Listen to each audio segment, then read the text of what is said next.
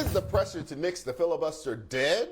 Mitch McConnell may have bought himself some time after last night's late vote on the short-term deal for the debt limit.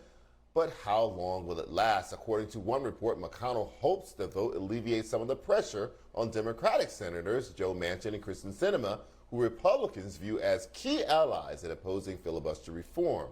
The Hill writes that when Senator John Thune was asked if concerns about the pressure Manchin and Sinema were feeling on the filibuster impacted GOP's thinking in last night's vote, McConnell's number two said, no doubt.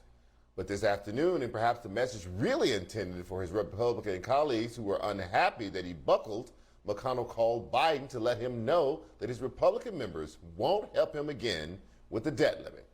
And just in case anyone wondered if Manchin's resistance to ending the filibuster had softened, he told reporters this last night. You will just 100% not agree to a carve-out of the filibuster to do the data center out at all, guys. I mean, the filibuster is the only thread that we have to keep democracy alive and well in America. It keeps us the body that we are. It makes us, even when you see the kind of this go on, it's still a realization we have to work together. That's all. If we didn't have the filibuster to where it could keep us coming back to civility from time to time, then you would see total chaos. Joining me now to discuss where filibuster reform talks stand is the co-host of the podcast, Boom, lawyer Imani Gandy, and co-founder of Indivisible, Ezra Levin. So, Imani, what do you think about what Manchin said there in that clip? I think Joe Manchin doesn't understand the history of the filibuster. For him to say that the filibuster is the only thing that's keeping democracy together ignores the racist and white supremacist history of the filibuster. The filibuster was used by segregationist Democrats to oppose civil rights legislation, to oppose, to continue to prop up Jim Crow tactics. And so it got so bad, the segregationist Democrats were so bad that actually other senators that served with them didn't want to use the filibuster because they saw it as so obstructionist and they didn't want to associate themselves with this obstructionist tactic that these segregationist Democrats have been using. So this idea that the filibuster is this, this long-standing policy for this, and it keeps the Senate mature and august. It's just not borne out by reality. The reality is that there are two senators who are preventing very important legislation from being passed, right? They are preventing voting rights legislation from being passed. They're preventing, or they're going to prevent, again, the debt ceiling from being raised. And so I have to strenuously disagree with Joe Manchin about this notion that we need the filibuster in order to keep democracy running. So, Ezra, if Manchin is saying that he absolutely will not cave on the filibuster, it doesn't change, it keeps democracy running, what does that portend for the voting rights legislation, which will absolutely need some sort of adjustment in the filibuster, because there is no indication at this point that there are 10 Republicans that are willing to go along with helping to protect voting rights in this country? Look, there aren't two Republicans in the U.S. Senate who are willing to protect voting rights in this country. They've made that abundantly clear. Mitch McConnell has said none of them are going to vote for this. But look, Manchin says a lot of stuff, and I know that sounds bad. He said a few things over the course of the last several months on the filibuster that sound bad, but you know what I take to the bank? The leak of a no-labels conference meeting with donors and Manchin from several months ago, in which he proclaimed, look, I got to act like I'm against any changes to the filibuster, but in reality, I'm for some reforms to the filibuster. So I would not look at Manchin's comments outside of his car to a handful of reporters as the end-all be-all of his position. And instead, what I would look at is what Republican senators saying. You quoted John Thune. We also heard from the top Republican in the Budget Committee, Lindsey Graham, who called the cave this week by Mitch McConnell a total capitulation. And he blamed that on the fear that Sinema and Manchin would change their position on the filibuster. Mitch McConnell does not throw in the towel for just no reason. He wouldn't do it unless he was really worried that Manchin and Sinema might actually buckle on this issue. So while 100% his statement is ahistorical, it doesn't reflect what actual American history is when it comes to the filibuster.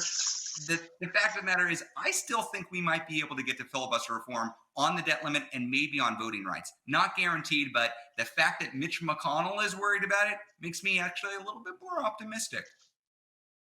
But you're optimistic that Joe Manchin is going to change his mind, or that you believe that his prior statements already suggest that he's changed his mind, he's just not showing his cards? I believe when you're looking at these kind of negotiations that play out in the Senate, a very typical thing that happens is senators start claiming ground. They start making statements. I will go this far, but no further. This is my position. You're never going to budge me from this. But when the rubber hits the road, when you actually have the debt limit in front of you, you have a catastrophe at the world stage, the economy will crash. You've got the voting rights legislation that you authored. Manchin authored this voting rights legislation, the Freedom to Vote Act. It's in front of you, and the other side is filibustering it, refusing to move forward. How does Manchin act in those moments? That's the actual important thing to be looking at. And what we've seen over the course of these several last months is Manchin talks a lot about the need to get Mitch McConnell on board and Republicans on board, but then he votes for the Recovery Act at the beginning of the year. He talks about how we've got to have Republicans on the infrastructure bill, and he's not going to vote for the reconciliation bill, and yet we see him actually negotiating on it. So by all means, look at what these senators are saying, but what you really got to pay attention to is what they're doing. I'm not saying it's in the bag, we're going to win. Right. What I'm saying is don't just count on what he says outside his car one night. So, Imani, do you share Ezra's optimism? I wish that I could, but I'm really concerned about voting rights legislation. Not only that, I'm also very concerned about abortion rights legislation. We just got news from the Fifth Circuit that they have imposed a stay, so that abortion ban is back in effect in Texas. And Joe Biden sort of promised abortion rights advocates that he was going to not sign a budget that has the Hyde Amendment in it. And so there's another issue where Joe Manchin is putting his foot down and insisting that the Hyde Amendment be included in any budget bill. And so just I want to believe what Ezra's saying, but for the issues that I'm concerned about, I just don't see any history of Joe Manchin actually sticking his neck out and doing the right thing. I know he's not going to do the right thing, at least what I believe the right thing is on the Hyde Amendment. And so I'm just, the fact that he authored this bill does make me feel better. And maybe if Mitch McConnell and the rest of the Republicans stall enough and they filibuster enough, I know Joe Manchin said that he was willing to look at filibuster reform, willing to look at going back to talking filibusters. That would be fantastic. In my view, if we're going to have this filibuster, if we're going to have this process, then it needs to be an actual process. We need to see Republican senators standing up there and filibustering voting rights, filibustering a budget bill, and explaining why. And if they can't explain why, then reading Dr. Seuss on the floor. Right. So, I mean, that leads into my next question for you, Ezra. If you believe that he's going to do something on filibuster reform, is it just that minor thing of having it be do you think it's going to be, the talking filibuster and not really change the rule? Or do you believe that he's actually going to carve out voting rights from the filibuster rules so that you would only need a majority on voting rights? I don't know.